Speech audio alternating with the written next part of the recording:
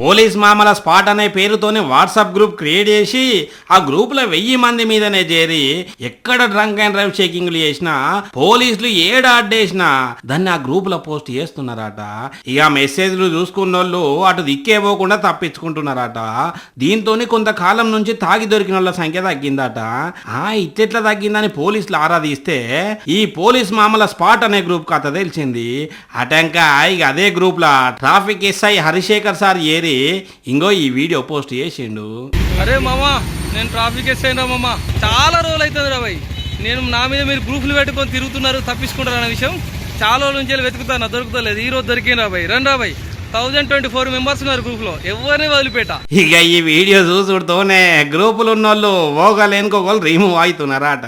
మామూలు గ్రూప్ లో ఒక్కసారి నేను ఎంట్రీ కాగానే అందరు లెఫ్ట్ అయిపోతారు. మామూలు అట్లా వెళ్ళిపోకండి, మీ అందరి నెంబర్లు ఆల్రెడీ సేవ్ చేసుకున్నా. ఇట్లా రిమూవ్ అయినా వదిలిపెట్టేది లేదంటున్నాడు.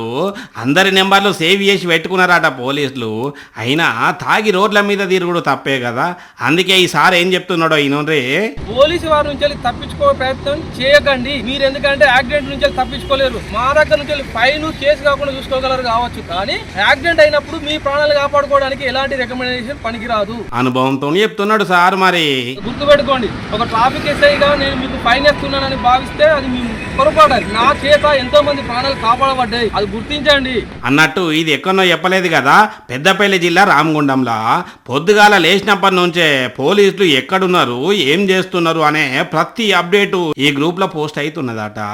అది కూడా పోటువలతోనే. కానీ వీళ్ళ తెలివి తెల్లారా ఏమన్న ఉపాయం చేసిర్రా? ఇదే ఓ మంచి పని కోసం ముందుకు రాను రాబాయ్ అంటే ఎవ్వరు ముందుకు రారు. అటువంటిది ఈ తాగుబోతు గ్రూప్ లో యాడ్ కానరా అన్న పోలే 1000 మంది మీదనే జమైనరా. అంటే ఇక వీళ్ళు తాగేతందుకు, తాగి దొరకకుండా ఉండేతందుకు ఎంత పెద్ద ప్లాన్ చేసినట్టు. మరి పోలీసులు వీళ్ళకి ఏం కౌన్సిలింగ్ ఇస్తారో చూడాలి.